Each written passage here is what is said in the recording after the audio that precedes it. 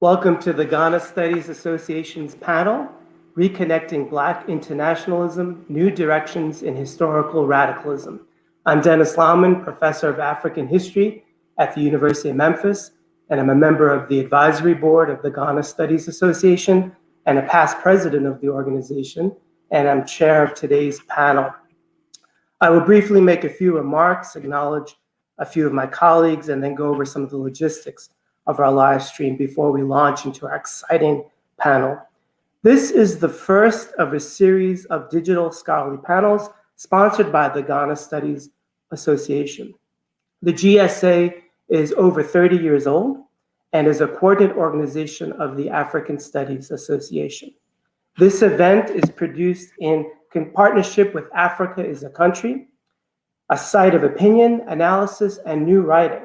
Africa is a Country was founded by my good friend, Sean Jacobs, in 2009.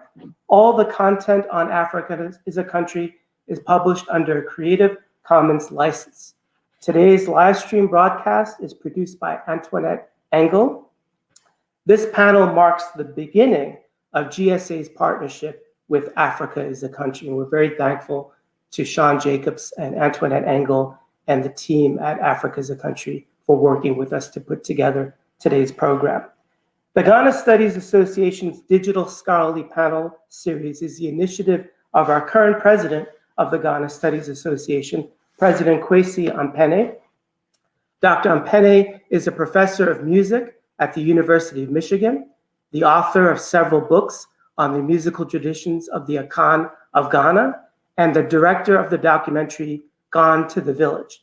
I will now briefly hand over to Professor Penney so that he can make a few introductory remarks. Thank you, Professor Lauman.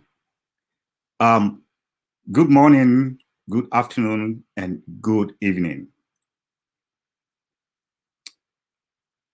My name is Kwesi Penney, and I'm speaking to you today from the University of Michigan.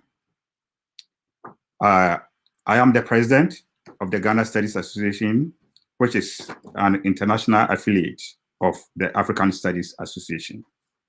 It is my distinct honor to welcome you to the first Ghana Studies Association Public Forum.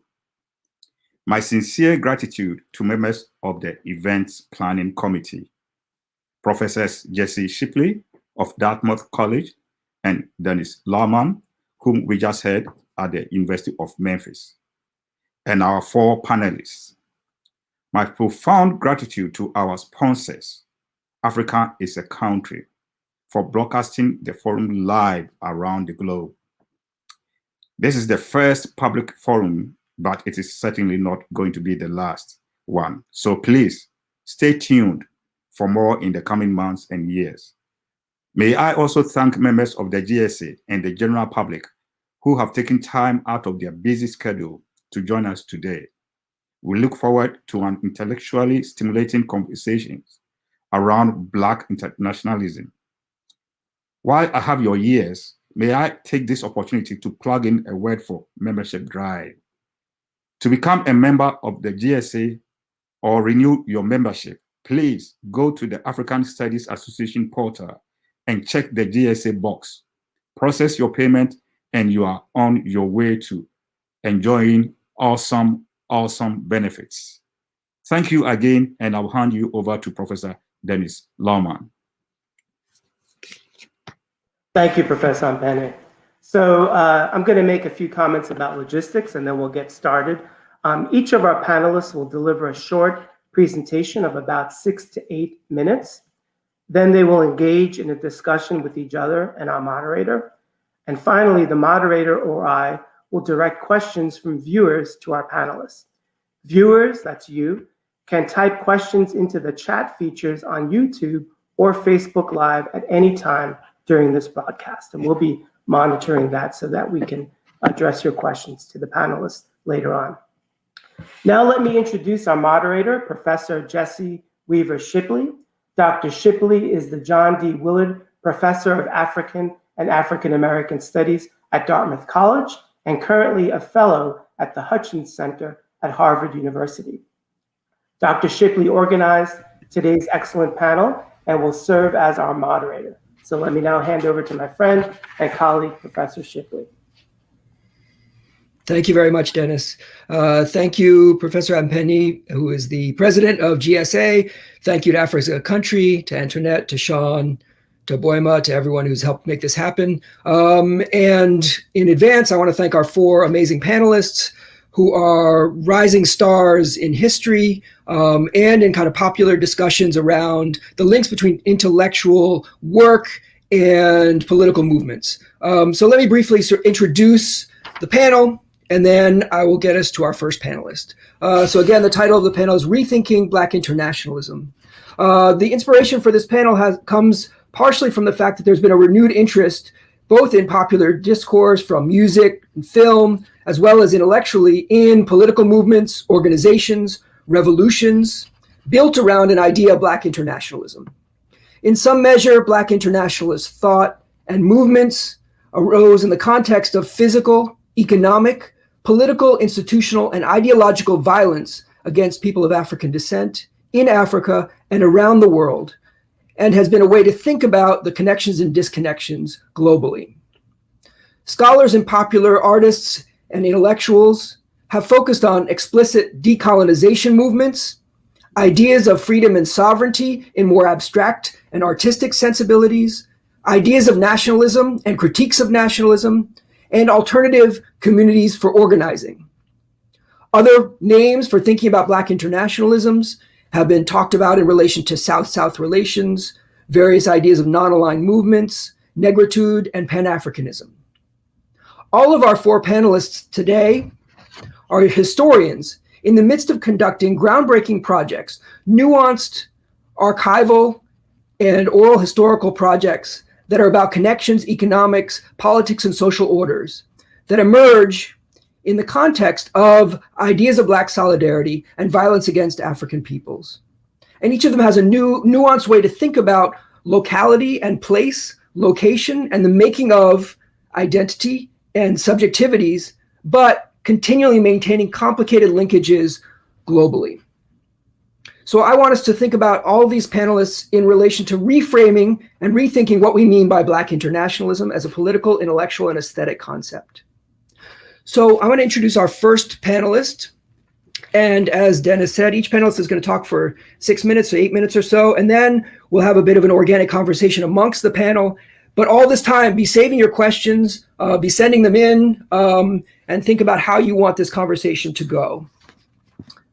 Great. Our first panelist is Sarah Balakrishnan, who is at the University of Virginia as a postdoctoral fellow at the Woodson Institute, and is an incoming assistant professor of history and African American studies at the University of Minnesota, Twin Cities. She received her PhD in history from Harvard University this past year in 2020, and her work has been featured in the Journal of African History, the International Journal of African Historical Studies, History Compass, Souls, and Transition.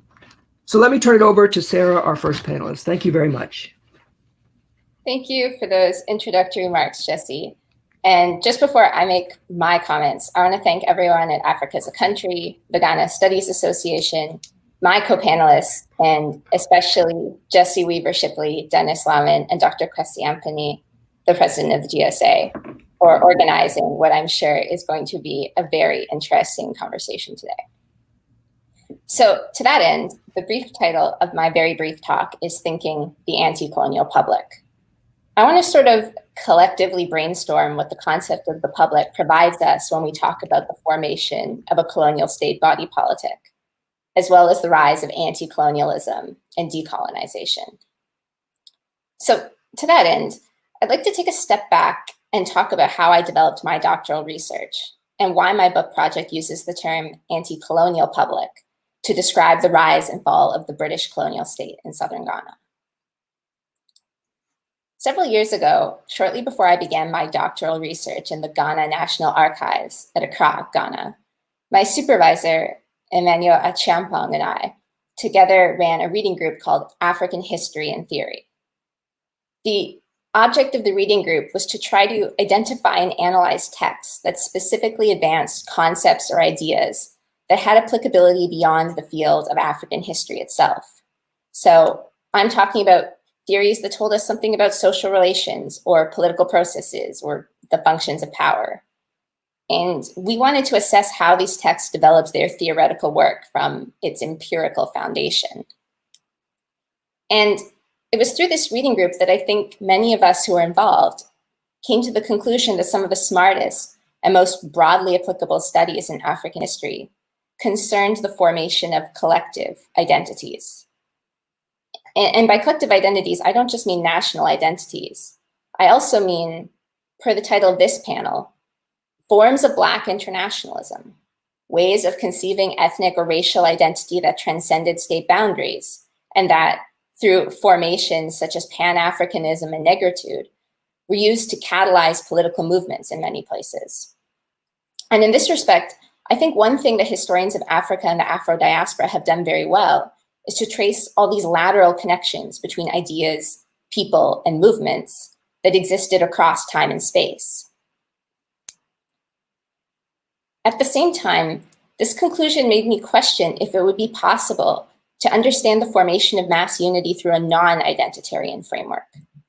Was it possible to write a history of the colonial state and the formation of anti-colonialism through the story of a body politic that did not conceive itself in ethnic terms, but which perhaps coalesced around visions of sovereignty that were inherently antithetical to colonial powers? So that's the subject of my book project, AntiColonial Public, From Imperialism to Independence in Southern Ghana. Following the methodology of works like E.P. Thompson's Making of the English Working Class or Colin Bundy's Formation of a South African Peasantry, I adopt a social history framework to trace the formation of a body politic, an anti-colonial public, through the political practices and ideas that came to cohere Ghanaian communities around shared notions of territory, sovereignty, and an ethics of rule.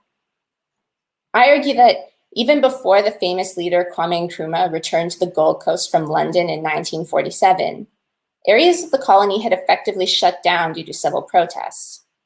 In the eastern region, rulers were being removed from their stools after less than 6 months in office. Many villages and towns lacked a ruler on the stool altogether, making indirect rule essentially impossible. I argue that this anti-colonial movement centered on an institution integral to decolonization, which is the ASAFO. Born during the era of the Atlantic slave trade, the ASAFO were paramilitary organizations that developed along the Fante coast, and that also spread to other Akan and Ga-speaking areas. These were troops into which all young men and women in the Gold Coast were born into, a form of universal conscription. To protect the town, the ASAFO companies called on men and women to perform specific types of tasks and battles. But after the era of the slave trade passed, these institutions remained organs of a public power. They organized the communal labor for building public roads, public wells, and other infrastructure. They also were endowed with the power to remove rulers when those rulers breached the people's ethics of sovereignty. That is what began to happen in radical scales in the 20th century, as rulers, called chiefs, were brought more under the thumb of the colonial state and began to alienate land and territory and excise taxes for the British. The people, by way of the ASAFO, began to revolt. And though dispersed across different villages and towns in both agrarian and urban areas, both Ga-speaking and Akan-speaking, they developed a shared language of political sovereignty. These were a series of edicts as to what rulers, including the British, could or could not do, could decree or not decree. And this is what I show to be the formation of an anti-colonial public. My book examines from the bottom up how a particular sensibility toward political sovereignty, which was very much grounded in care for the land and care for the community and in ideas of public service, how that emerged as a political lingua franca in the Gold Coast in the early 20th century, even before Pan-African leaders like Nkrumah would catalyze protests in a different way. So in this vein, I show how many of the major political landmarks of Ghanaian history, from the cocoa holdups to the 1930s water protests to the 1897 land ordinance rebellion, how these all emerged from the same movement of history, which is the assertions of an anti-colonial public against the predations of the state. So, well, now you might be wondering, what does this have to do with Black internationalism? It's a pretty nationalist story. I think the answer is twofold. First, I believe that the importance of this particular study in Ghana is that in the same way that ideas about identity and racialism travel beyond colonial boundaries, ideas about political sovereignty do too. We know that in the context of Euro-America, the French Revolution, the Haitian Revolution, and the American Revolution influenced the political ideas held by other states and communities. I think this is also the case of Ghana. I want to ask, within the context of this panel, if we can think of Black internationalism as a political language about sovereignty in the state that also has the capacity to travel, even if born within a particular context.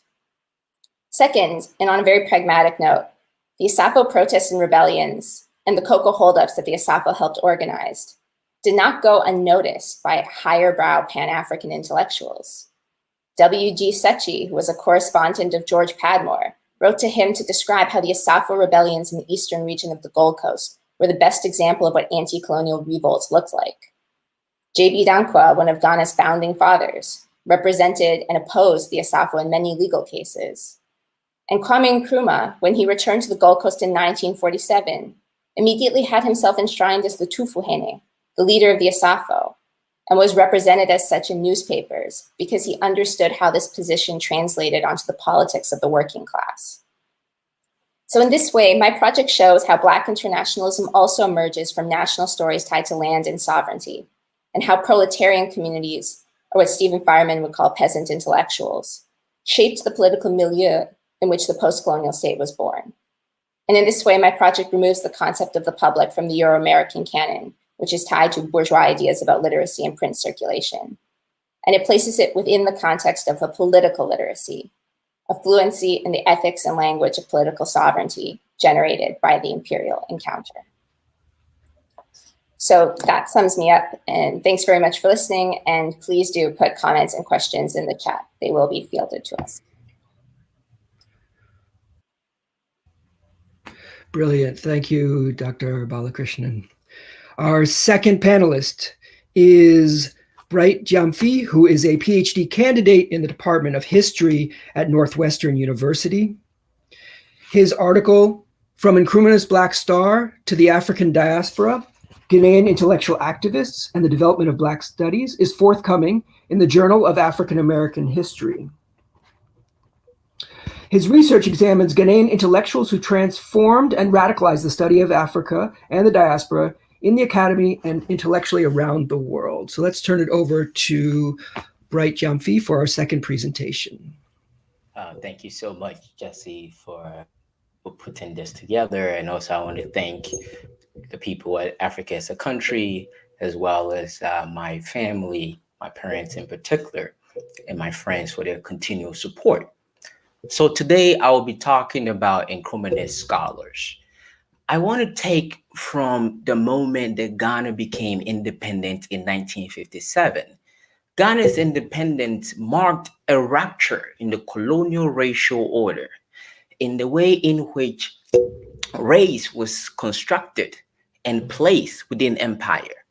Ghana's independence, as one scholar said, echoed to the point that Kevin Gaines puts it, Ghana became the destination of radical hope for so many African-American, Caribbean thinkers, and other Black activist thinkers all over the world. However, when scholars talk about the project of Black internationalism and Ghana's importance is tied to Kwame Nkrumah. And when Nkrumah's overthrow happened, and the project of liberation, some scholars argue, came to an end. My project takes up in 1957, when Nkrumah was overthrown and you have a bunch of exiled intellectuals who moved outside of the US and became involved in fomenting Black consciousness in Suriname, Grenada, Latin America, and other parts of the Caribbean. And also these scholars became instrumental in the fight and development for Black studies in the United States. Additionally, my research takes seriously Africa and Pan-Africanism as important nodes for thinking about diaspora and African relationships. So I take from Ghana in 1957 when Nkrumah was there, and you have these project of Black internationalism happen.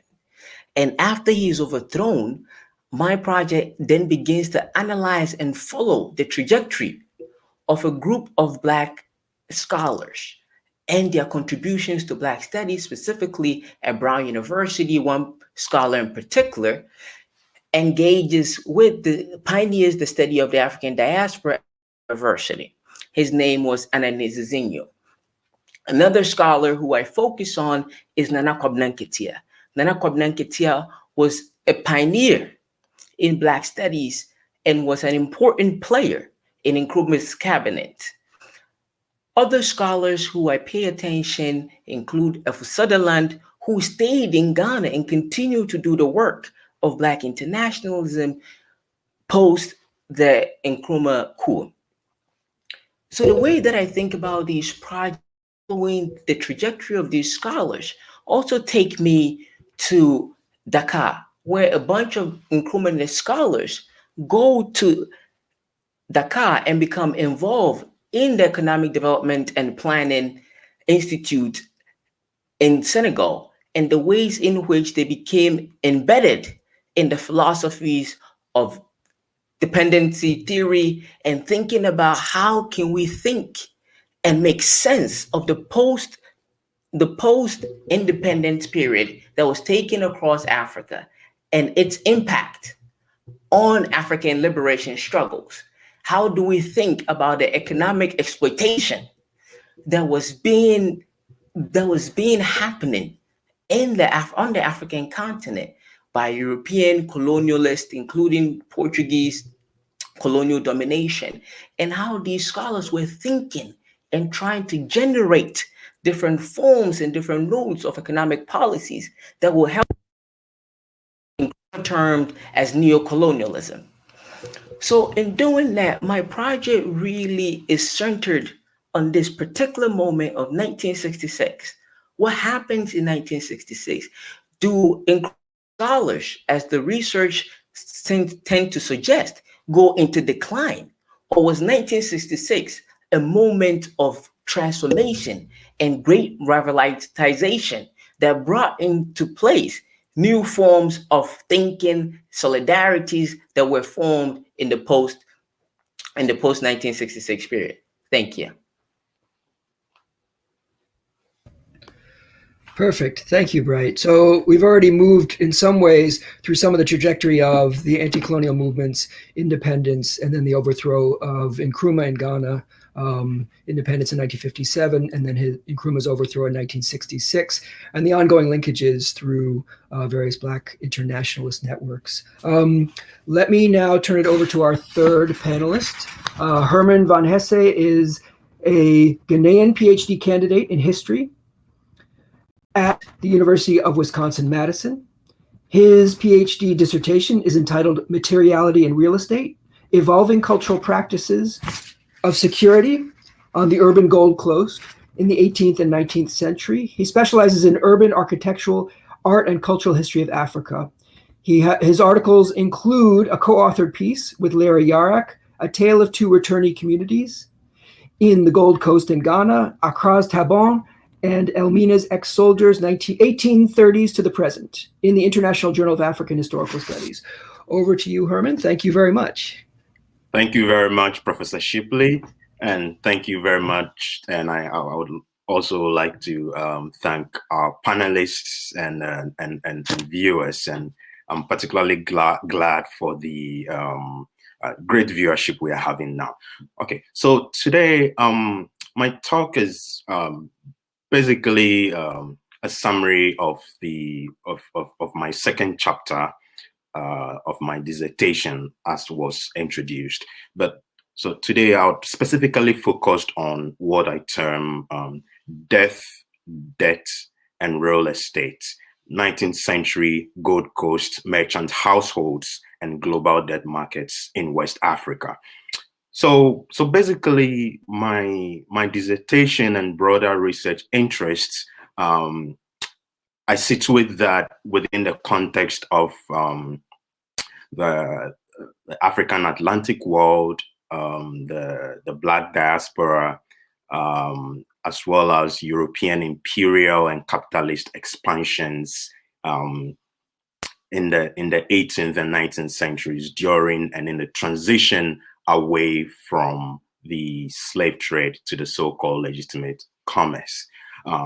Most importantly, I emphasize how African and Euro-African merchants, by Euro-African merchants, I'm talking about Gold Coast merchants with mixed European and African parentage or descent. So I'm particularly interested in how these Gold Coast households were ensconced within emerging European capitalists and subsequently imperial and commercial systems, right?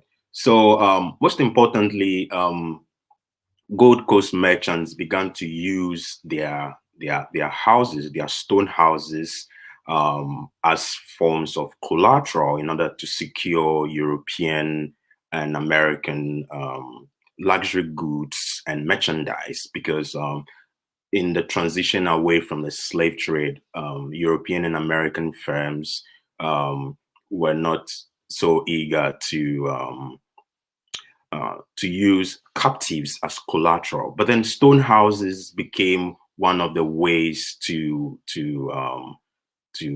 secure loans and credits from these European firms. So while this process was economically expedient,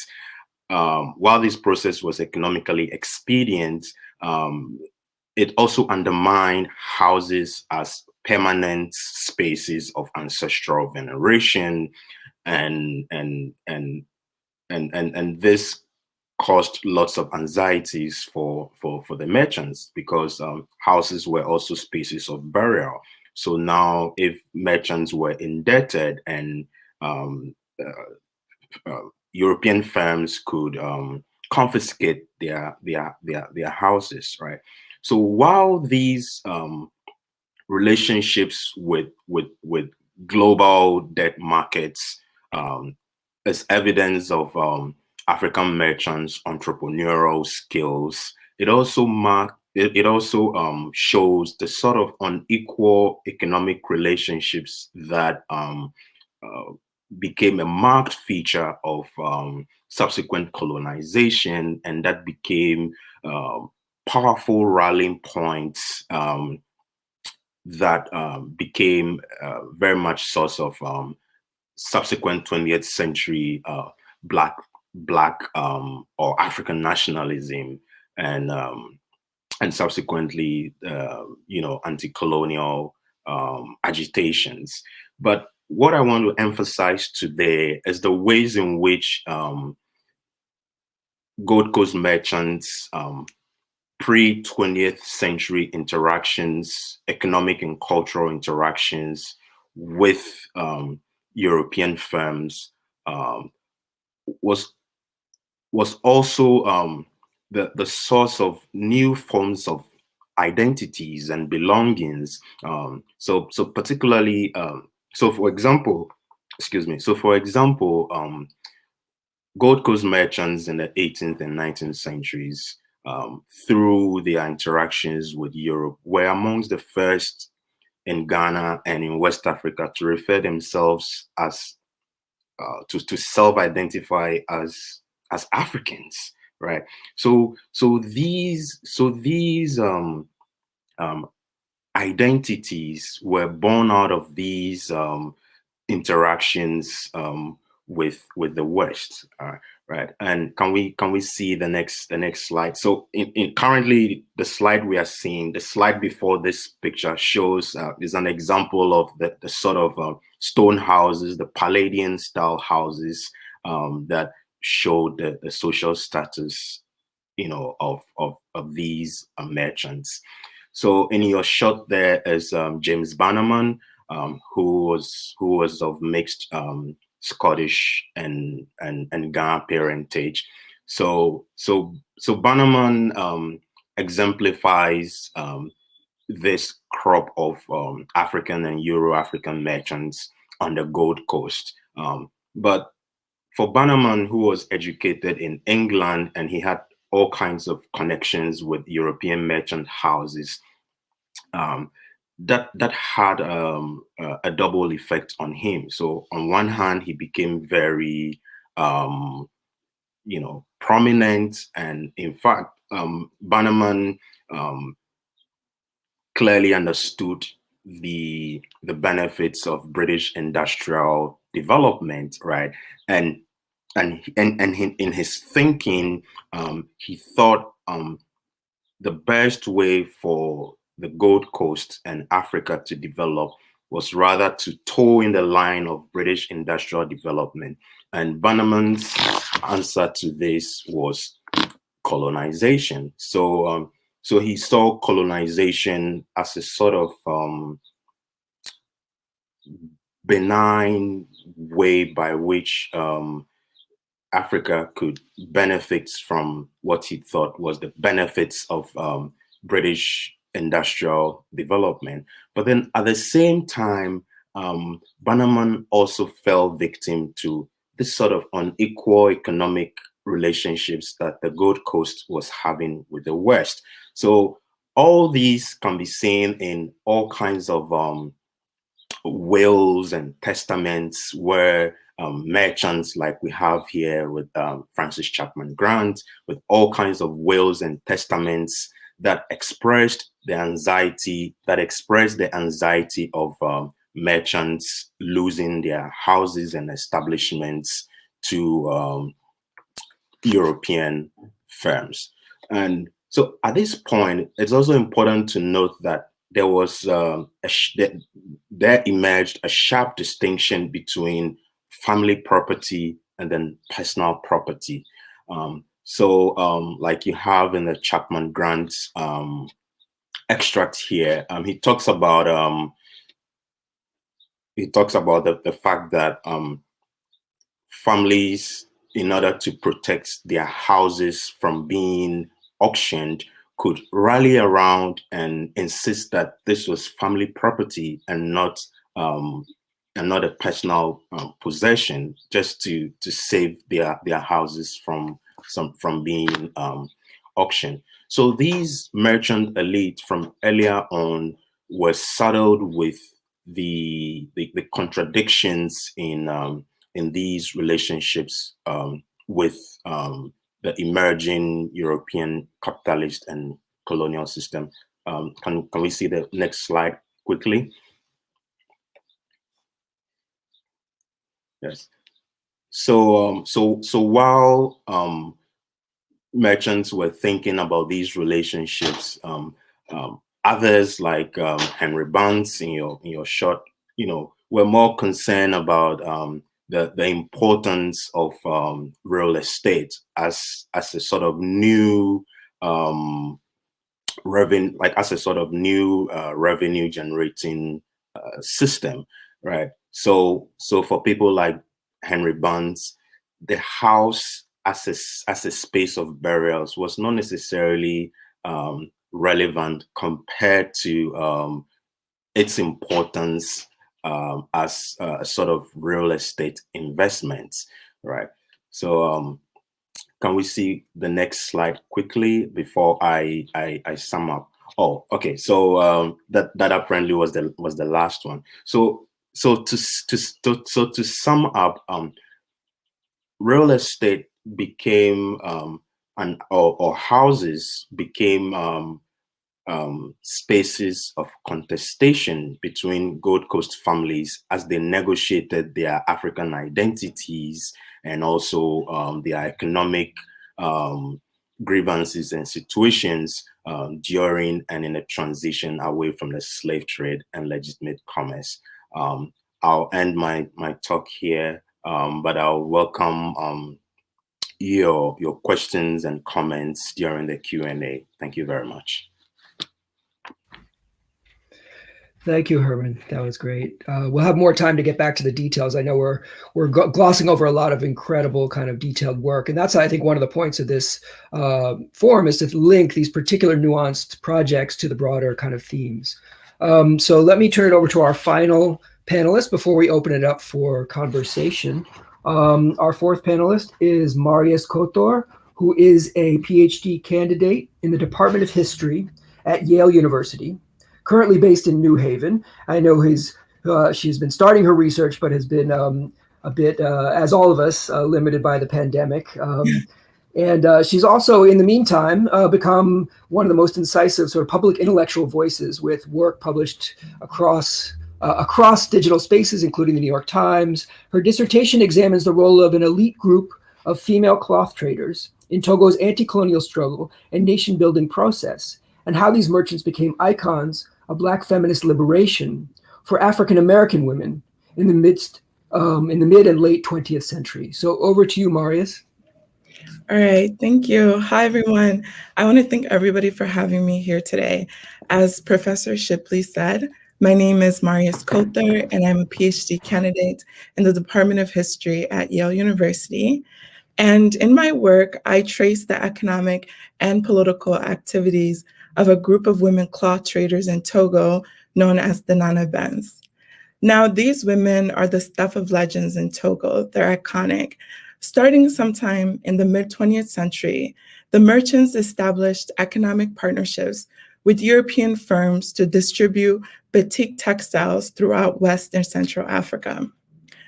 Now, some of these traders became millionaires by the end of the 20th century, and they were amongst the first people to import the Mercedes-Benz into Togo, thus granting them the name the Nana Benz. And the Mercedes-Benz becomes this kind of iconic symbol of both the women's power and their economic influence in Togo. So my research examines how the Nana Benz shaped three important political processes in West African history. First, it examines how the merchants fought for the unification of the Ewe-speaking territories that were largely separated between the contemporary border that divides Ghana and Togo. Second, it highlights how the women shaped the political culture of Togo's decolonization movement through their financial contributions, as well as their grassroots mobilizing efforts. Lastly, the project interrogates how the women formed economic and political associations to navigate the turbulent transition from independence to military rule under the Yadima regime. So because we don't have a lot of time, I'll only focus today on one way in which my research directly engages with the framework of Black internationalism. In my work, I focus on how African American periodicals such as the Crisis Magazine, Ebony Magazine, and the Muhammad Speaks newspaper, amongst others, were writing about Togolese nationalist women leaders in the 20th century. So today I'm going to just give you three examples that kind of illustrate the flavor of the stories that were appearing about Togolese women in these periodicals. So the first comes from a 1953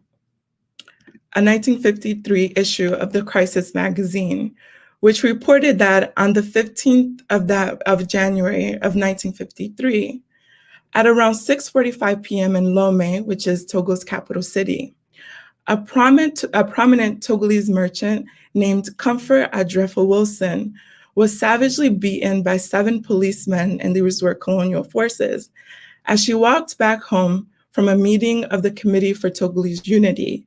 And this was the main party that was agitating for Togo's independence from France. So when I traced how this story came to be featured in the Crisis Magazine, I discovered that anti-colonial nationalists in Togo were actually sending very detailed reports of Togolese women's particular experiences under colonization to African-American organizations such as the American Committee on Africa and the NAACP. Now, the NAACP, in turn, wrote up these stories about the abuses of colonization and published them in the Crisis Magazine. And they did this to show the brutality of colonial rule on the African continent. And in my work, I argued that they were drawing these connections to Africa as a way to link African-American struggles for civil rights to African movements for decolonization on the continent.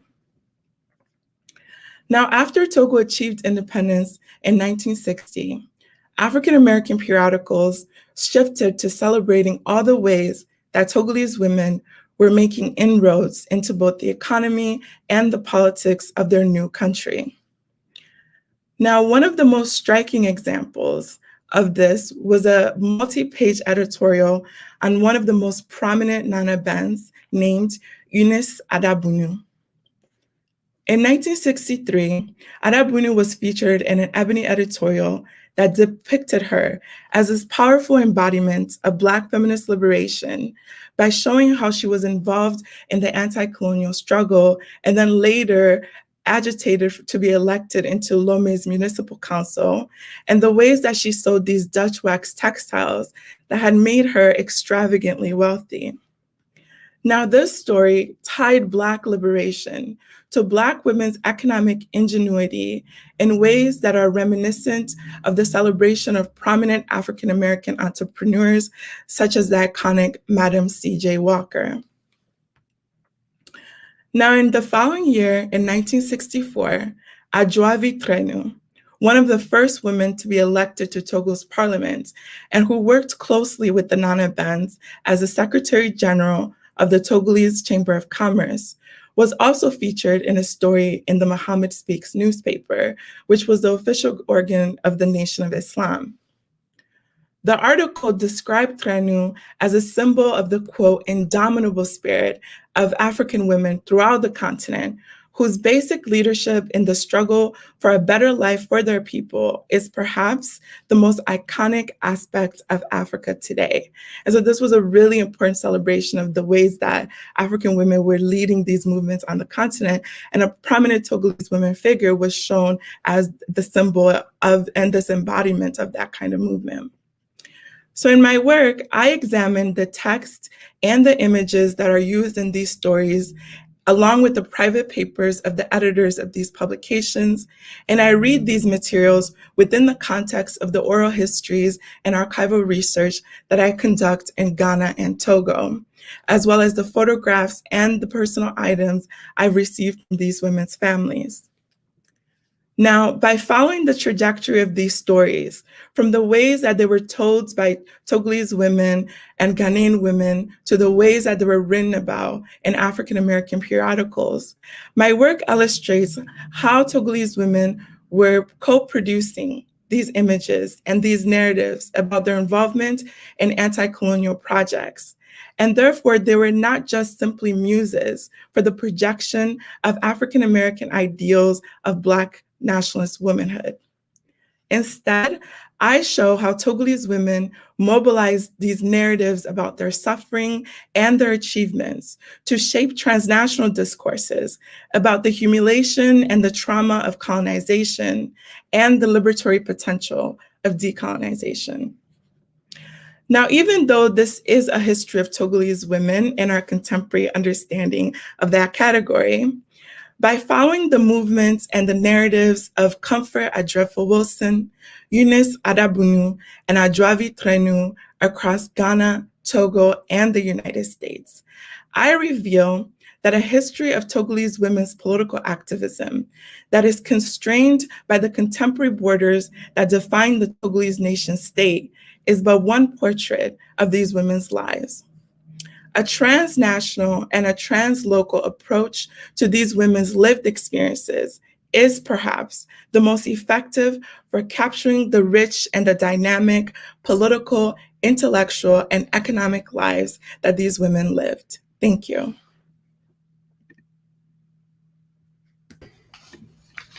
Thank you. That was brilliant, Marius. I want to open it up for our sort of internal conversation amongst the panelists. We've been getting a lot of really great comments across various platforms. And I think that a number of issues are going to come up around sovereignty, around borders, around how something looks as a political entity differently depending on where you start from. and questioning the idea of the nation as the sole form of a sovereign idea. But let me open it up with sort of a formal question so that each of the panelists can kind of clarify their position in relation to our main topic. As I started with at the beginning, and as all four of our panelists have indicated, Black internationalism can often be used to talk about explicit political movements, whether they're built around an anti-colonial struggle or built around a civil rights movement, or making connections across various disparate spaces.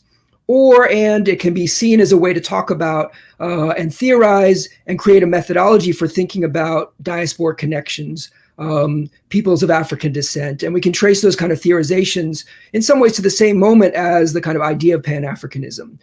Du Bois sort of theorizing an idea of Africanist history. But I want to open it up. Let's go back in order. Let me throw the first question first to Sarah. How do you conceive of Black internationalism in relation to it as a political formation or a set of political formations, and thinking about Black internationalism as perhaps a historical methodology or a theoretical framework that allows you to see things from a different angle, perhaps? So here, all of our panelists have been talking about global politics, sovereignty, from situated on the Gold Coast, in Togo, on the west coast of Africa, across time. So what does the world look like differently if you start there, for example? But can you talk about your work a little bit in relation to political and or methodological, theoretical approaches to Black internationalism? And then let's just have each of the panelists kind of respond to that as a kind of follow-up, and then we'll go from there. So Sarah, if you can pick up from there, that would be great.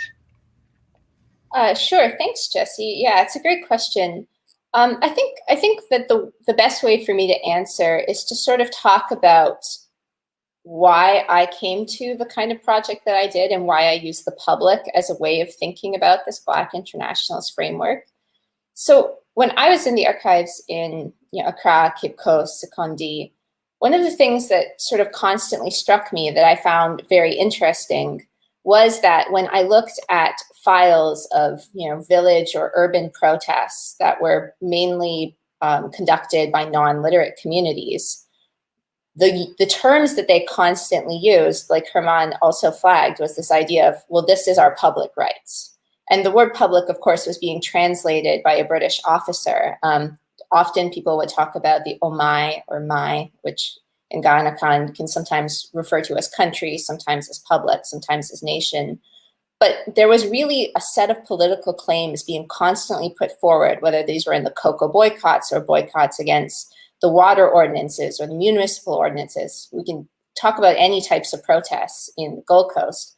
And the arguments that were being put forward by these ASAFO companies, here's a flag of one of the ASAFO companies under colonial rule at the time, because you can see the Union Jack, was this argument about how resources should be distributed and what the rights of the public were in this case. And so it seemed to me that there was this language that, even though it was emerging from a local space, from a particular town or settlement inside Ghana that was making specific claims against their ruler, against the state, that they were already borrowing a language of sovereign ethics that was itself exceeding those boundaries. And so I think one thing that I think about when I talk about Black internationalism is just the way that these languages of rights just kind of coincide in both the situation where the protest emerges, but also just this shared idea about what a sovereign should do and what it should give and what people's rights are that just always, always exceed the boundaries of the protest. No, I think that's great. I mean, obviously, one of the key points is the language of sovereignty and what grants sovereignty and how people claim sovereignty, and then how the language of rights gets used in different kinds of ways. Why don't we turn that same question over to Bright and see how his work kind of expands on that? Bright, how would you pick up from the question about political versus kind of theoretical usages of Black internationalism, particularly as you're talking about Ghana's independence in 57 and then Nkrumah's overthrow in 66. And in some ways you're arguing against some of the older scholarship, which is saying in 1966, when Nkrumah's overthrown, it kind of ends a particular moment of Pan-Africanism. And you're saying in some ways the opposite. So if you could expand from there. Thank you very much, Jesse.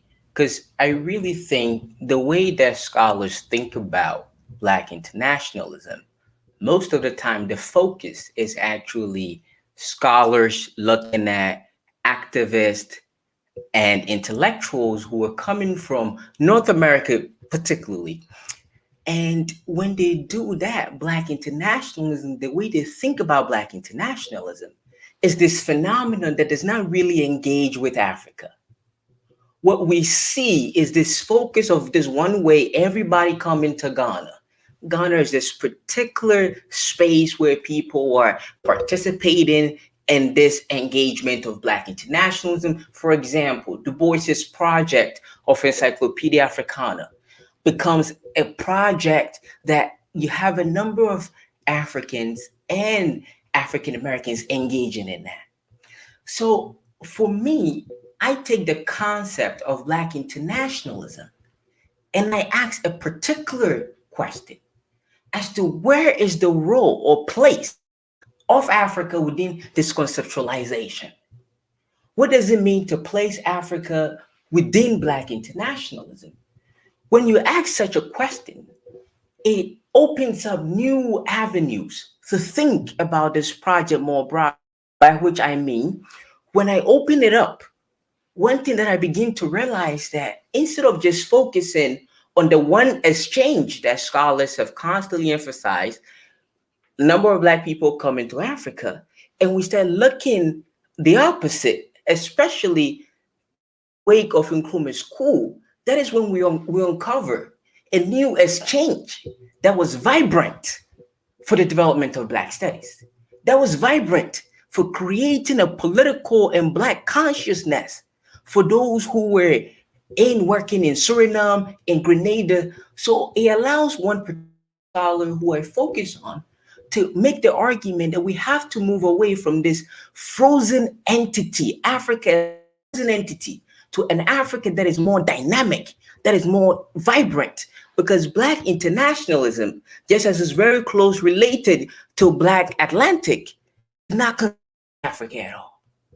And that is what my project is seeking to contribute. And another thing about my project in thinking about Black internationalism is that we shouldn't just take Black internationalism as people also moving from the continent into the diaspora. But we have to pay attention to what is happening on the African continent itself. That is why my project takes both the diaspora and Africa as important nodes for thinking through Black internationalism.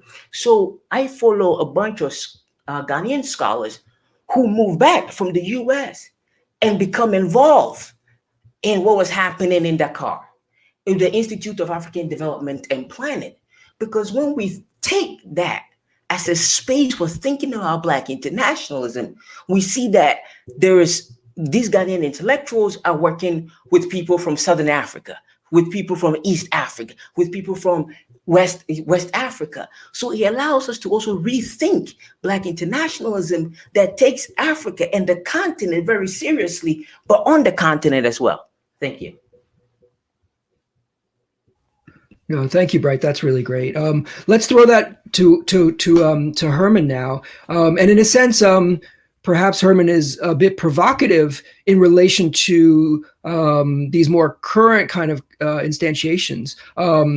And perhaps, Hermann, you can pick up on, I'm particularly struck by your comment arguing about Gold Coast merchants as some of the first political actors to identify themselves as Africans in a sense that then has political and economic ramifications. So perhaps you can pick up from there. How do you see your work in the moments that you're talking about in relation to the political versus the theoretical lens of Black internationalism? Yeah, thank you very much, Professor Shipley. So primarily, I see my work as sort of tracing the antecedents or the origins of a lot of the issues about identity and about economy and heritage, as well as ancestral spaces, and how all these ideas were not static, but rather they were dynamic, first in response to the slave trade, and then subsequently towards the end of the 19th century, colonization, right? So the slave trade, or more broadly, European capitalist and imperial expansion was instrumental to how Gold Coast merchants emerged, and then this was not just enough, but then it also shaped their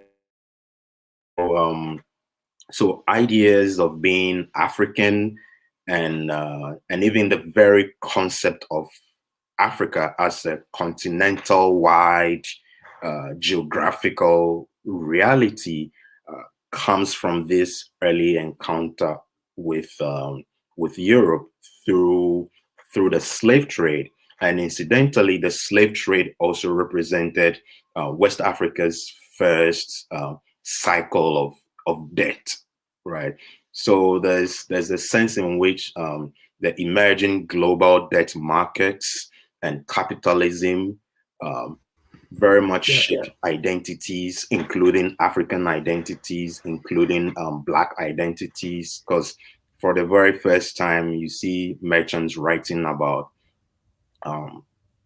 Africa, or saying, so for example, Charles Bannerman, as a young pre-teen student, going to England and later recollecting that, writes about himself as a person of color. Like, where did these ideas come from, right? So these ideas were born within the context of that African Atlantic world formation. And then these same identities were carried into the colonial era. So there's a sense in which these commercial actors sort of provided important precedents for all kinds of African and Black identities that were subsequently mobilized in the 20th century to fight colonialism and imperial exploitation, which a number of these earlier merchants in the 19th century and the 18th and 19th century had helped to create. So it's important to know that in my work, I don't cast these 18th and 19th century merchants as passive or as mere victims, because they were not. African merchants during the slave trade and during the era of that legitimate commerce were co-creators of value systems that included real estate and other forms of commodities that attained market value, right? So in as much as these interactions were unequal, Africans were still co-creators of these forms of value systems. And it was not just a one-sided European imposition. Right.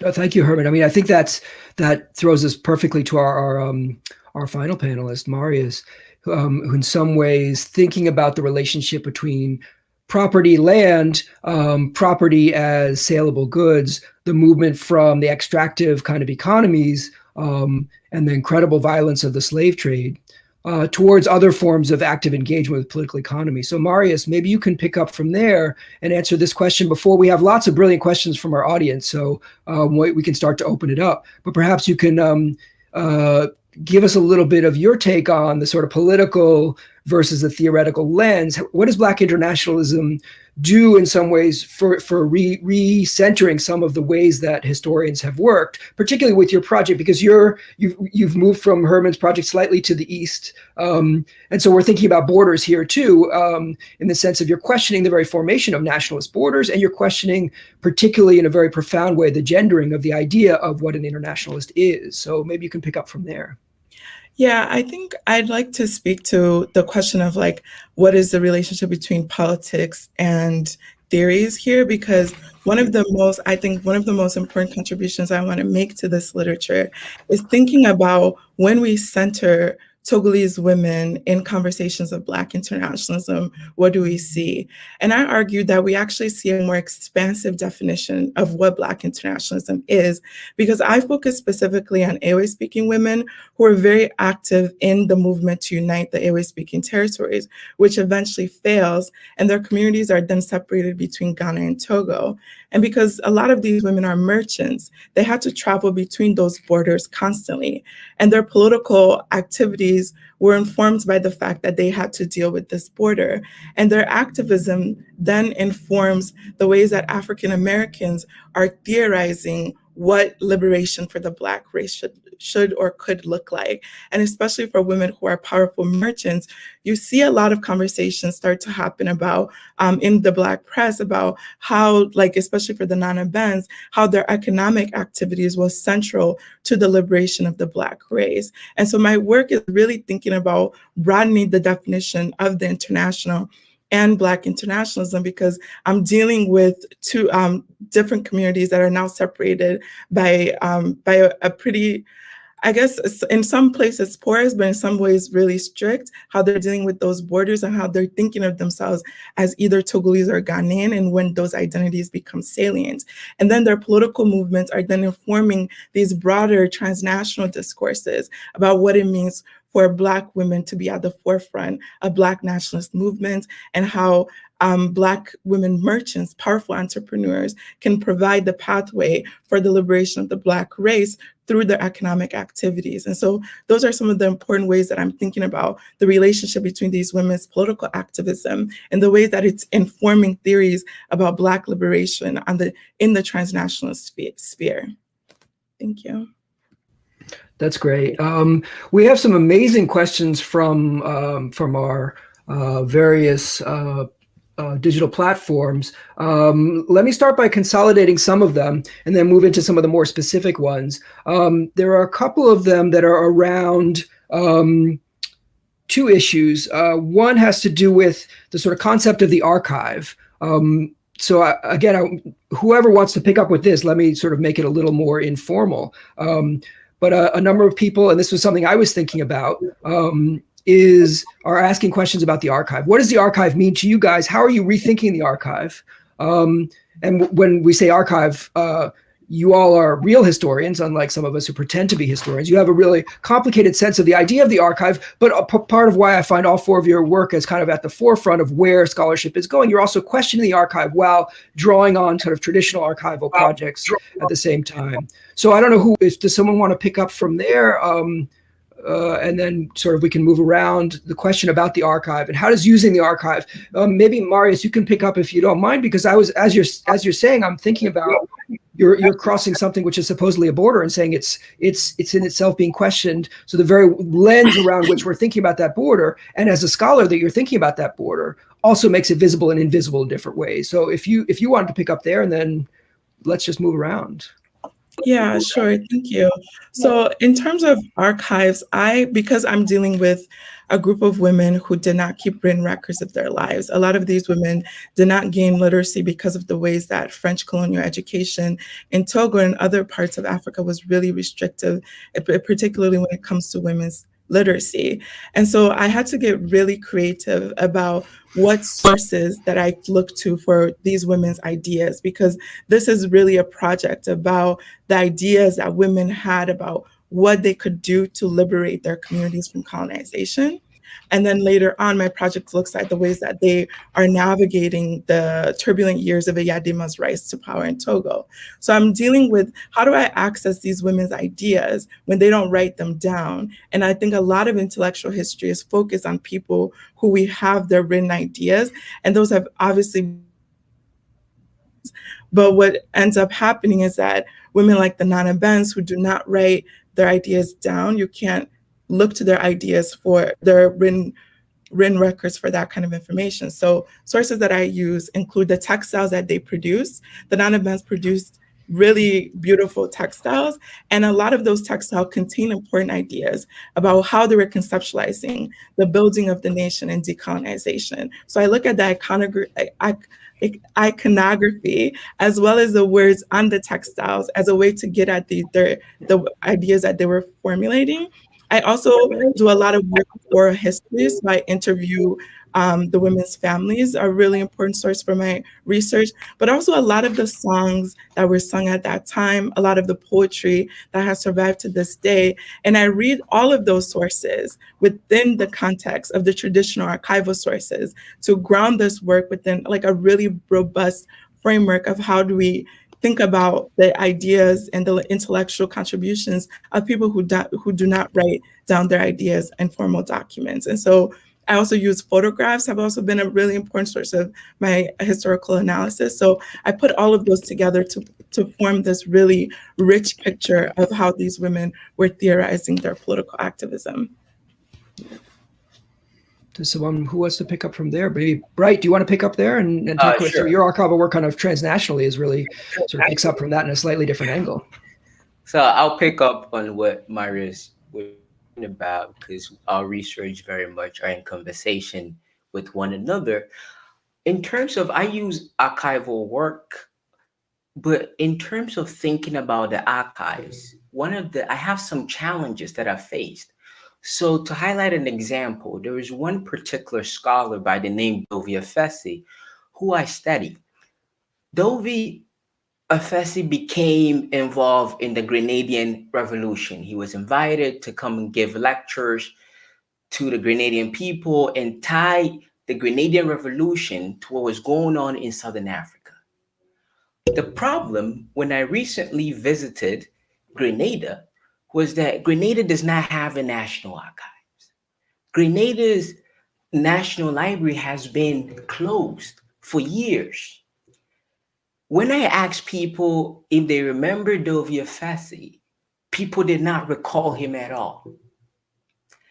When I showed a picture, it jogged some people's memories.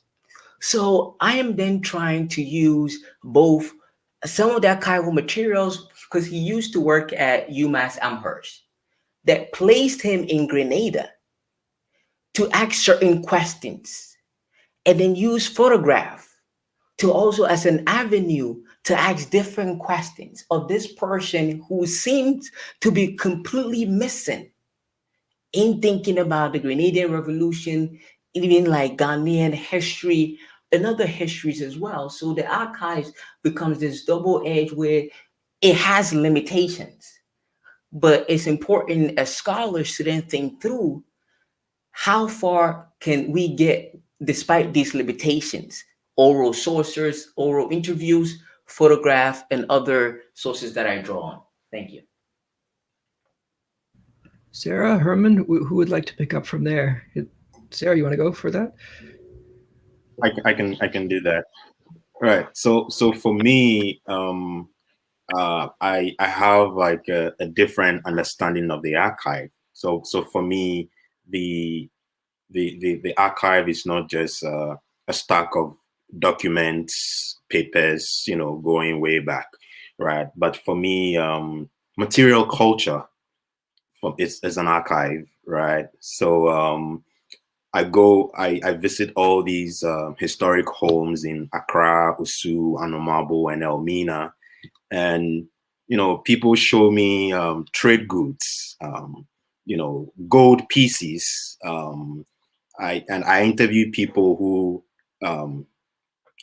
I can sit with them, and then we have a conversation while they are recounting their family histories or their family biographies, while teaching me about their beads and who acquired them, and whether it was obtained from West Africa or from trans-Saharan sources or from Russia or from Germany or from wherever, right? And so all of this is a fantastic archive for me. And also because I'm interested in home burials, which was the thing, as Sarah writes a lot about that, which was a thing before the British finally outlawed the practice at the end of the 19th century. I visit certain homes, and then they have sacred spots within those homes. Some of these were graves and stories are connected to all of these spaces, right? So even before I get into the conventional archive, I have all kinds of ethnographic feel about the historical actors that I'm talking about. And sometimes you visit home graves, people pour libations, and even when you listen to the libation prayers, that encodes some historical stuff, right? So then I go to the archives, I go to the deeds registry or the property records, and then I check the wills and testaments of merchants and all of these big men and women. And to my amazement, sometimes the archival, matches with the stuff I had, from the families, and I'm able to fill in more details. Sometimes there are variations, but of course, memory is not always perfect, right? So it gives me a reasonable, so like interviewing people who were knowledgeable, who were born in the 20th century, gets me closer to 19th century stuff, right? So so this helps me when I get to when I read 19th century sources, right? And then more so when I also go to 18th century sources, which is more distant, right? And I also use European travel logs. But one thing I'll add is we often, dismiss some of these European travel logs as, oh, they are racist, oh, the Europeans were ignorant, right?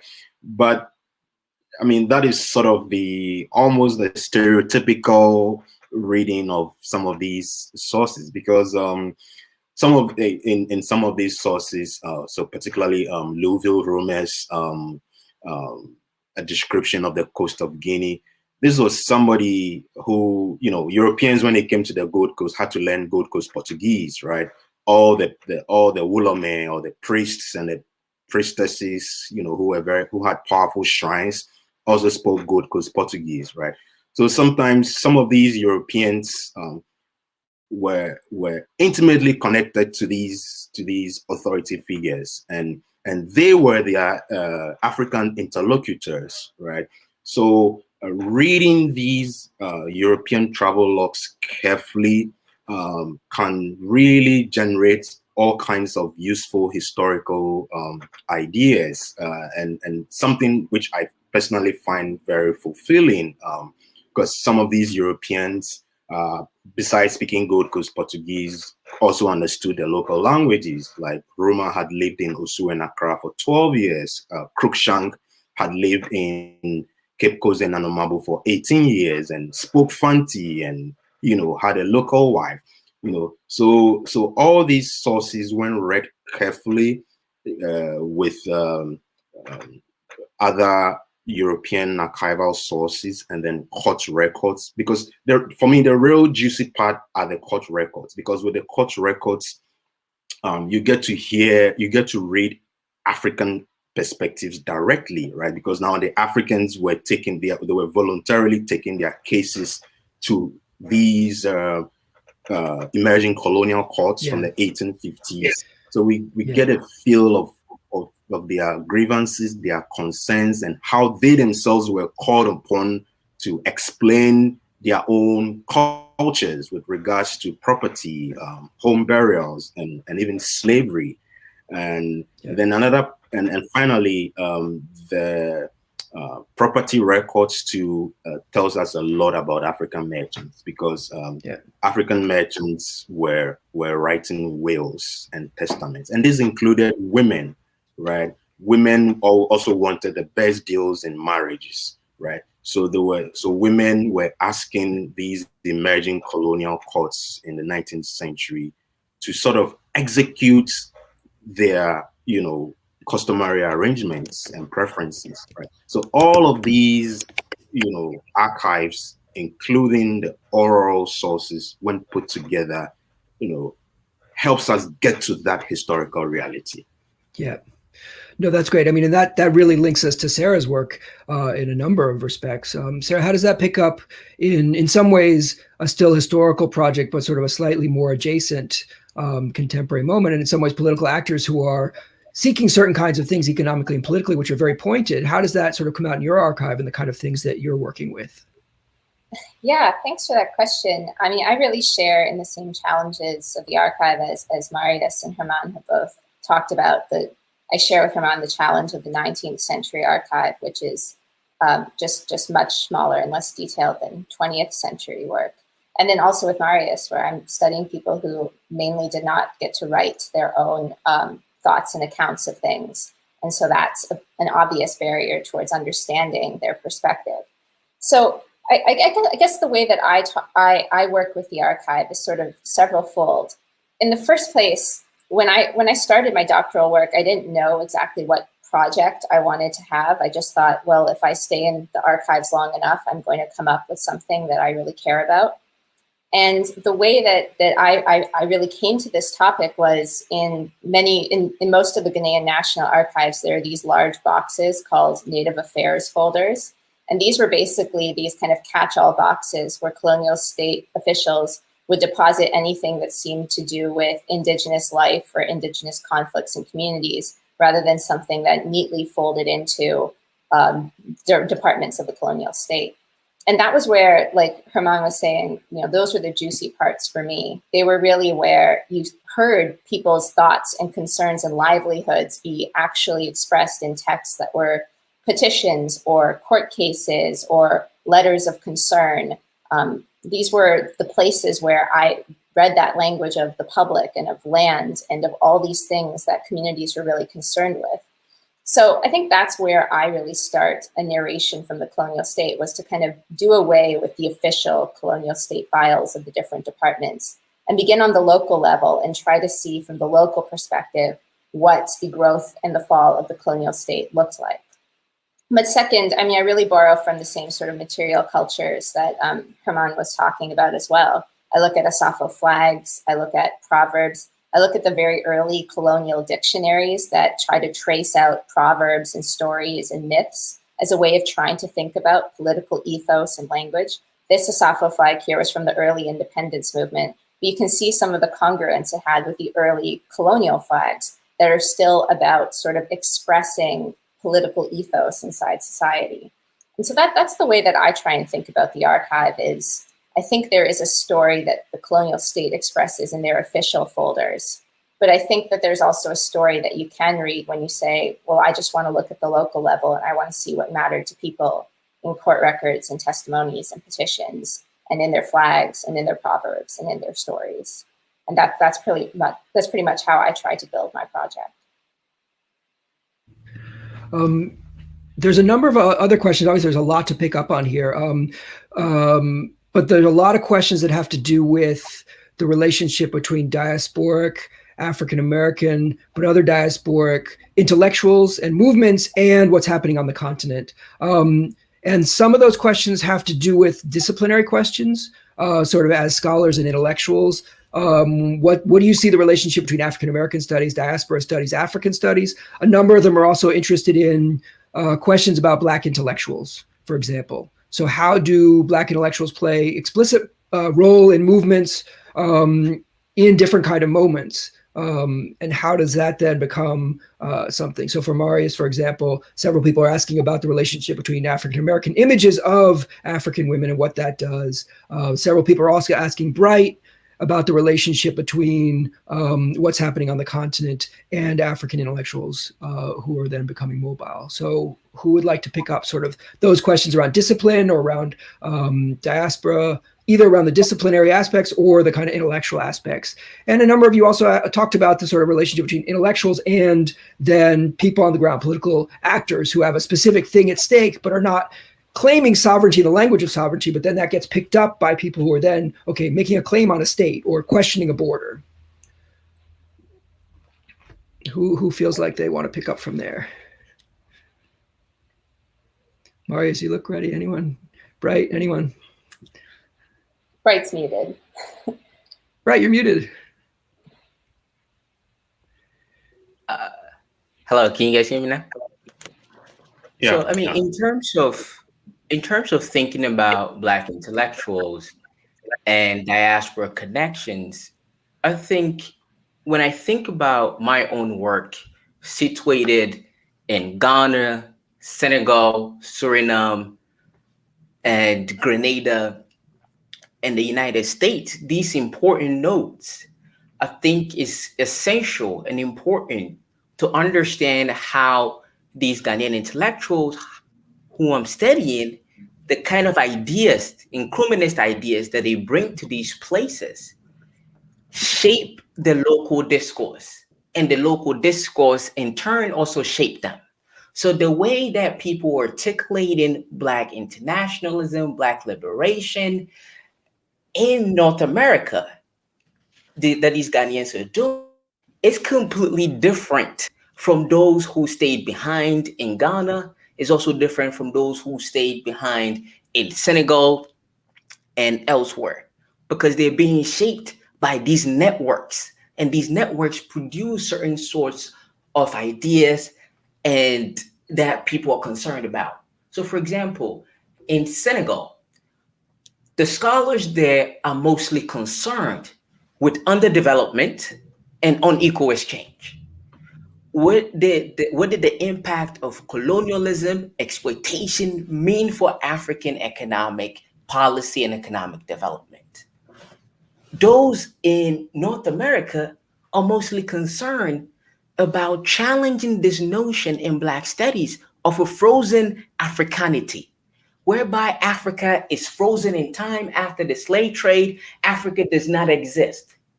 In order to challenge the term that they use to bring about a dynamic, vibrant, where Africa is essential and instrumental in the space of thinking about Black Atlantic. So in that sense, for them, the core question that animates them is highlighting and emphasizing the ongoing cultural similarities between Africa and the diaspora. That is what animates the work of Ananis Zinho in studying Latin America, specifically Brazil and Africa as well. So that is how I see these connections. Thank you. Great, Marius, maybe you can pick up from there. And also several people are asking, they want to hear more about the role of African women traders. So maybe you can also elaborate. Sure. So the women that I work on, a lot of them are merchants. They're called the Nana Bands. And so I work primarily looking at these women's experiences, but I also work with thinking about the ways that the women who help them navigate these political landscapes, because as I said earlier, a lot of the Nana Bands, they're not reader, right? And so they form these really intimate relationships with other women like Adjoa Vitranu, whose image I showed earlier, as well as like other prominent Togolese figures like Madame Sivome, who becomes Togo's Lome's first mayor, and Lome is the capital city of Togo.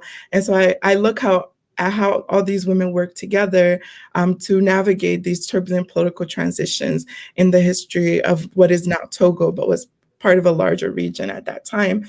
And so this is an image of the Nana Bands at an image of women merchants at a political rally. Not all of them are Nana Bands, because the Nana Bands are a group of women who really become wealthy through the wholesale distribution of textiles. And they're a very elite group. At one point, there was only about like 40 of them. And so this is a very particular group of women. And so I think as merchants, the question about the relationship between merchants and political activism is really important, because these women are having to deal with different currencies and trying to cross different borders during colonization. So one of the interventions that I'm trying to make in my earlier chapters, in particular to the Ewe unification movement, which was a movement to unite the Ewe-speaking territories, is that historically that movement has been written from the perspective of elite male politicians like Sylvanus Olympio and others. But my argument is that when you look at the people who are most impacted, who actually have to deal with the imposition of colonial borders on the day-to-day basis, it's women merchants who have to transgress these borders. And one of the most important things to remember at that time is that a lot of colonial officials were men. And so when these women have to now engage with these male political actors who are literally manning the border, they now had to interact with men in their trade in ways that they historically have not. And so that gave men in these societies, a lot of powers that they historically did not have, because now they're controlling women's mobility, which was essential to their economic activities. And so all of these frustrations with the borders, with the imposition of male leadership in places where they historically did not have, all informed their political ideologies and their political the ways that they navigated these political spaces. And so that's how I'm thinking about the unique position of merchants as it relates to these borders, and also as it relates to men who historically, in a lot of West African markets, we didn't have that kind of direct control over women's trading, but now they did, because they could now control women's mobility in very specific ways. And so I look at how all of those frustrations informed their ideologies about decolonization, as well as their political activism.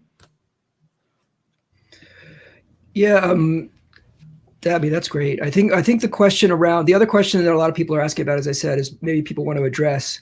Oh, brilliant. I mean, it's great to see these sort of pieces, and you see the way in which there's a kind of a multivocality around how images work. And I can talk transnationalism. There was a question about images earlier, and I'll just give a brief overview of how I'm thinking about images and photographs, because they're a very important source for my work. And especially with the Ebony editorial, which was really my first introduction to thinking about the ways that Togolese women are co-producing these narratives about their political activism. And I look at Eunice Adabunu, who's featured in this Ebony editorial, which I believe was 3 pages of narratives and images of Eunice Adabunu. And what I realized is that she's positioning herself in these photographs in very specific ways, from the way she dressed to the way she posed next to prominent monuments in Togo's landscape that articulated ideas about Togolese nationalism and independence. And so I've been thinking a lot in my work about how photography, which was introduced into a lot of Africa as this instrument of colonialism that allowed for the subjugation and the categorization of people, becomes this really important tool for articulating ideas of Black nationalist women's activism, both on the continent and in the diaspora. And I argue that when we look at the images and the ways that Togolese women are positioning themselves, and the ways that these narratives that are written in places like Ebony echo the poems and the different narratives that Togolese women are articulating about their nationalism, what we see is that Togolese women are actively producing these images with these editorials to show the ways that they are shaping the future of their nascent nations. These images are amazing. I think that's a nice place to pick up. There's another strand of questions here. Several people have pointed out that one of the reasons Nkrumah was criticized, and one of the logics that was given around his overthrow in 1966 was that he was not nationalist enough, that he didn't pay enough attention to Ghana, and that he was too interested in anti-colonial movements across the African continent and across the world. So that was a sort of common criticism of Nkrumah, as several people have pointed out. And so people wanted some of you to maybe comment on that. And again, that leads us back to the question, and those ebony covers are just amazing, just brilliant pieces. That also then leads us back to kind of African-American perceptions of Africa. And then the disciplinary question around how disciplines had been formed in the 60s and then continue to kind of get formed and reformed around African, Caribbean, African diasporic, African studies, and the kind of politics of this. Remember, one of the subtitles of this has to do with radical history. So what is a radical history in all of this as well? So who would like to pick up from there? In terms of the Nkrumah question, whether Nkrumah can you hear me? So in terms of Nkrumah not being too Pan-African and not nationalist, I'm actually arguing. So in the first chapter of my dissertation, I'm actually challenging that notion that when you look at the words and the rhetoric of Nkrumah, it's very much Pan. But what actually ends up happening on the ground is different, very much nationalistic. So for example, Nkrumah in October 25th, 1963, spoke at the opening of the African Studies Institute and said that they should study not just Africa, but also the diaspora. However, if you pay attention to the work that emanated from the Institute, over 70% of the work that was done in terms of thesis focused on Ghana. In terms of over 80% of the major projects that the Institute undertook focused on Ghana. And if you even break it down, the focus was on particular types of ethnic groups, Akan being one of the major ones. So we have to try to do a good job in differentiating between the rhetoric of Pan-Africanism and the actual nationalist project that was happening on the ground, because these individuals who were supposed to take Nkrumah's ideas and what Nkrumah wanted had their own ambitions. So we have to treat them as people with different intentions and not trying to clap. So that is why I'm arguing that it's ironic that it was 1966 that after Nkrumah's overthrow, that is when Ghanaian intellectuals actually pick up and become Pan-African in the global engagement that I've described earlier. Thank you. Yeah.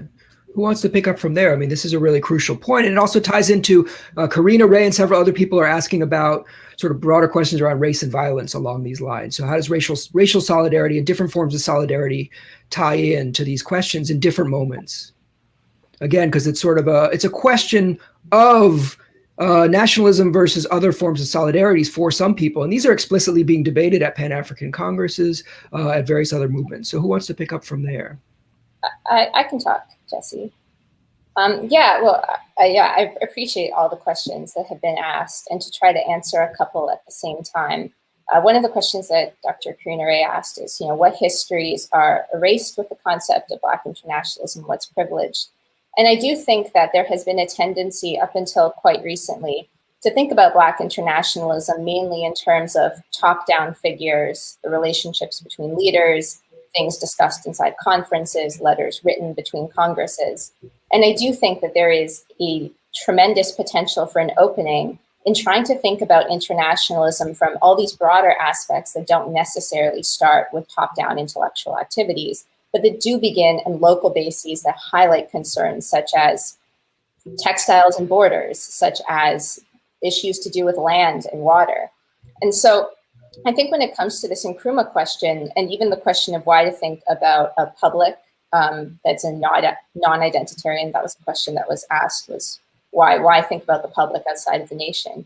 And I think that the way that I come at this is thinking about with what E.P. Thompson said about how social relationships precede the invention of collective identity. Relationships form before identity becomes the thing that marks it or caps it. And I think when it comes to thinking about anti-colonialism in Ghana, I mean, Bright's exactly right, where he talks about Nkrumah as part of this production of nationalist and Pan-Africanist discourse. And Jeff Allman's book shows this very well as to how this really became just a cultural moment for Ghana in the late 1950s, early 60s. But at the same time, his own actions were really betraying a lot of the ethics that people came into independence with.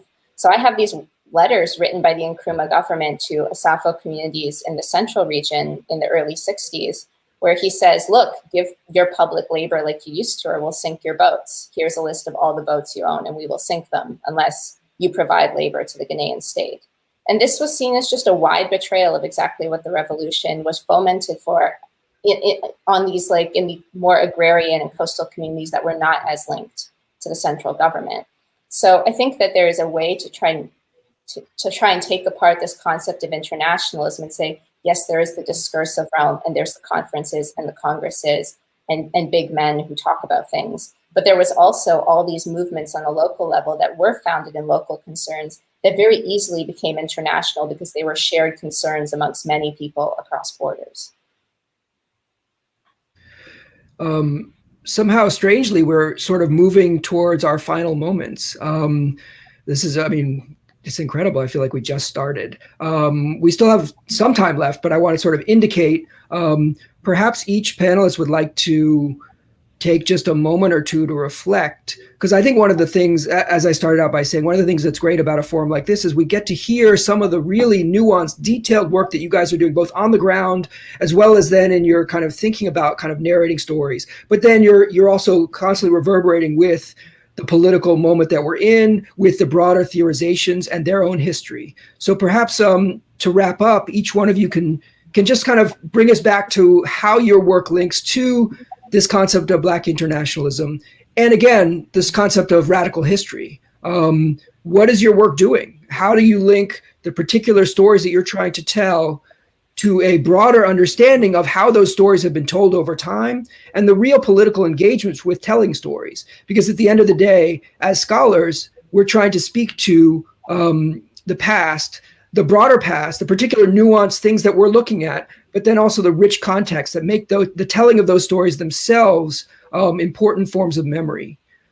So let's sort of move to wrap up. I don't want to put you guys on the spot, so I don't know who wants to. I can see Herman starting to raise. So why don't you each take like just 2 minutes and really give us the sort of summary of how your work is tying in here. So why don't you pick up, Herman? That's great. All right. So I believe my work is probably the earliest, maybe going back to the 18th century and beyond that. I don't see my work or I don't see my historical studies as a teleological starting point to Black internationalism, right? But then what I see with my study of merchant families from the 18th and 19th centuries is that a number of them increasingly became biracial, right? And this biracial connection is very important because it then connects them to Europe and to some extent the Caribbean and North America in intimate ways that provides a kind of precedent, but not necessarily a teleological one, to the kinds of connections that we begin to see on the Gold Coast from the late 19th century, and particularly throughout the 20th centuries. So for example, when you take the life of Christian Proten, Ghana-Danish theologian, studies at the University of Copenhagen, together with another chap, Frederik Svene. So all these guys, so particularly Proten was married to another biracial woman from the Danish West Indies, right? And then they crisscrossed the Atlantic. They were traders. They were also connected to the slave trade, and they settled in Osu. And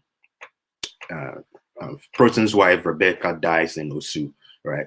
So this really sets us up to understand how these merchants were among the first to articulate a sense of Africanness and a sense of Blackness, all within the context of the Atlantic slave trade, which these African merchants co-produced, right?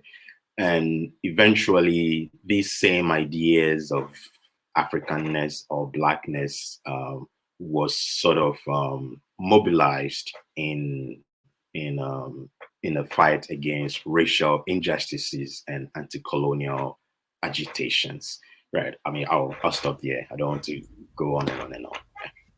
Yeah, no, that's great. You know what? Maybe we can go in. I don't know if Sarah, you want to pick up from there. We can kind of maybe go in historical order at this point. How do you want to leave us with your story and what Black internationalism does in some ways? What does it allow you to do differently than perhaps Pan-Africanism? What is it to think through? Sure, that's a great question.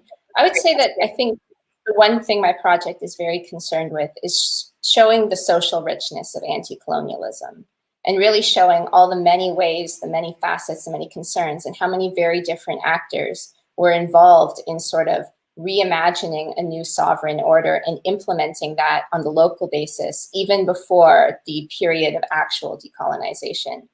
And to that end, I think if we really do want to step outside Eurocentric frameworks for thinking about what imaginations of a new political order look like, or what the post-colonial state should look like, we really do have to begin with these situations on the ground where people who are invested in their future are articulating exactly what they want and why they want it. And to that end, I think one of the interesting things that's happening in this panel and kind of conceiving Black internationalism is that there's sort of these two approaches that I see in this panel. One has been saying, well, I'm going to connect territories and people and movements and ideas in ways that we haven't seen before, and sort of beginning with this transnational lens that does give us all these really new insights into these processes. And then the other, which I think is sort of closer to what Hermann and I are doing, is to say, okay, well, I want to begin with the local and to look at what people on the ground were thinking. And those thoughts, which of course were shared concerns with many people, I think also give us a non-sort of Eurocentric framework through thinking about these important processes like decolonization, anti-colonialism, is to begin with the voices of people who were not necessarily inscribed into the archive with anywhere near the same sort of attention that other people have. And yet we're just so important on the ground in terms of actually destabilizing the colonial state. Thanks, Jesse. No, that's great. Thank you. No, thank you. I don't actually, sorry, I don't know who, historically speaking, Marius, Bright, which of you would like to pick up from there? I guess Bright, do you want to, or Marius, you want to go? Okay, that's great. Sure. So I guess there's several questions that have been asked, but I want to speak briefly to the framework of African studies and even Ghana studies. So when Professor Shipley invited me to participate, I was a little bit hesitant because I was like, wait, are they sure they want a Togolese person doing a history that is really focused on Togo, talking about being part of like a panel for Ghana studies. But it was interesting that I had that thought because in my work, I'm directly trying to challenge the ways that we have segmented the history of communities. I have historically always thought of each other as part of one large community, especially working on Ewe speaking people. But then when it comes to like the ways that we conceptualize nationalist histories, particularly within the Cold War framework of area studies that African studies is particularly tied to, it gets really hard to like try to figure out how to engage with those borders and challenge those borders. But I draw a lot of my inspiration from the women whose lives I write about, because their whole activism and the ways that they navigated the world was directly challenging these colonial impositions on their lives. And through their political activism, that's where I'm building a lot of my frameworks and these kind of theories about the ways that they're thinking of themselves as political activists and as intellectuals to try to challenge these borders. And so one of the challenges I'm facing in my work is how do you write a history that is both translocal and transnational in the contemporary division between Ghana and Togo and that border, as well as that is also very much engaged in this Black internationalist sphere and how these women become icons of Black feminist liberation. And the last point that I want to make is about the fact that a lot of times people don't think about African women, and definitely not Togolese women, as becoming icons of feminist liberation, particularly in our contemporary understanding of feminism and women's issues. African women are considered like the most oppressed and the most disadvantaged. But there was an important period of time, particularly in the Black press, in which Togolese women become icons of what liberation could look like. And I think that's a really important conversation to have about when these conversations about African women being particularly oppressed or particularly liberated gain salience within the Black internationalist framework. So those are some of the things that I'm continuing to think about as my project unfolds. That's great. No, thank you. And I think it's good that it comes at the end in some ways. That's why I thought, your work fits perfectly here. It's a methodological and theoretically intrinsically challenges the very frameworks, and asks what does something look like from only a few miles further east, and how the world looks very different, and how these borders change over time, and exactly challenging all of these frameworks around nationalism, around various kinds of international movements. So let's turn it over to Bright for his final thoughts. Thank you once again for everything.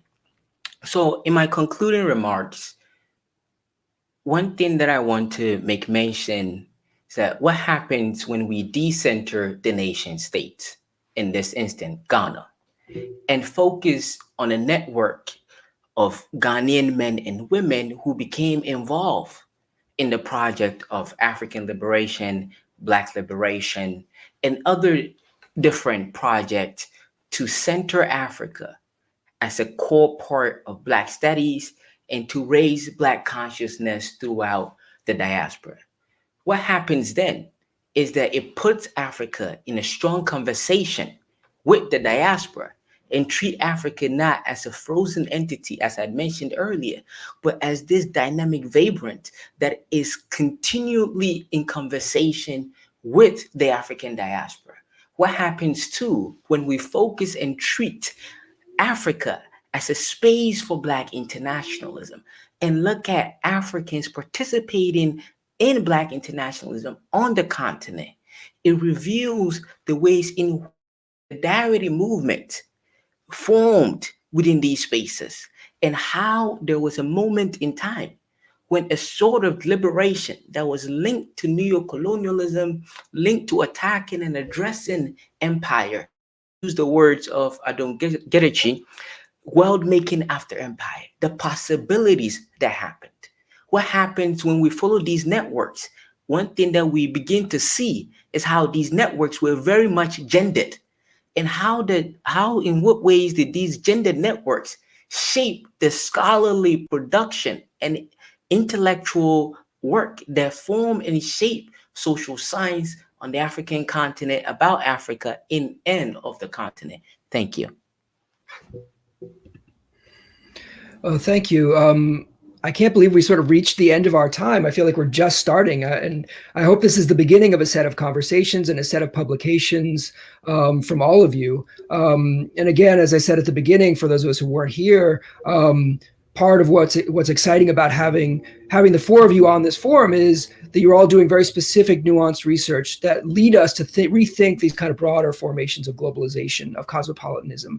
And in this particular moment where people are thinking about politics of resistance and transformation, what are the ways in which people have done that before? And what do we remember and what do we forget? And what can we learn from some of these forms of stories, as well as the forms of storytelling themselves? So all of you, I think, are rethinking the way that stories are told and the way that the archives are used in very specific ways, but constantly reverberating with these questions about race, about class, about gender, and about sovereignty. So I want to thank all four of our amazing panelists, and we're looking forward to all of the books coming out very soon, to all of the research that's ongoing. And I look to all four of you as sort of very important public commentators. On social media, I want everyone to follow you guys. I mean, as I said, Marius has developed this incredible public voice, and I think all four of you. So I want to thank you guys very, very, very much. And let me turn it over to our Ghana Studies Association chair to sort of bring us home. Let me just briefly thank Africa as a Country and Ghana Studies Association as well. And let me turn it over to Dennis Lauman to throw us to the final. Thank you very much, Jesse. Thanks to each of the panelists for your excellent presentations. We had a lot of great comments and questions on various social media. Thanks, Jesse, for moderating and putting together this panel. As we said at the beginning of this show, this is the first in a series of panels that the Ghana Studies Association is going to put together, and we're going to broadcast in conjunction with Africa as a Country. And we want to thank Africa as a Country, particularly Sean Jacobs, its founder, and our producer, Antoinette Engel, who put everything together today. We had a great time. It was a lot of fun, and it was a very stimulating experience. The video will remain on YouTube at Africa as a Country for people to look at anytime. So please let your networks know about it so they go ahead and take a look at what we presented today. Thanks to everybody again. We will hopefully have another panel either late summer or in the fall, sponsored by the Ghana Studies Association with Africa as a Country. Please keep your eyes out on that. Thanks to everybody, and thank you to the audience for watching and giving us all your love and your feedback, your comments, and your questions. Everybody have a great day, have a great weekend, and thanks for joining us today.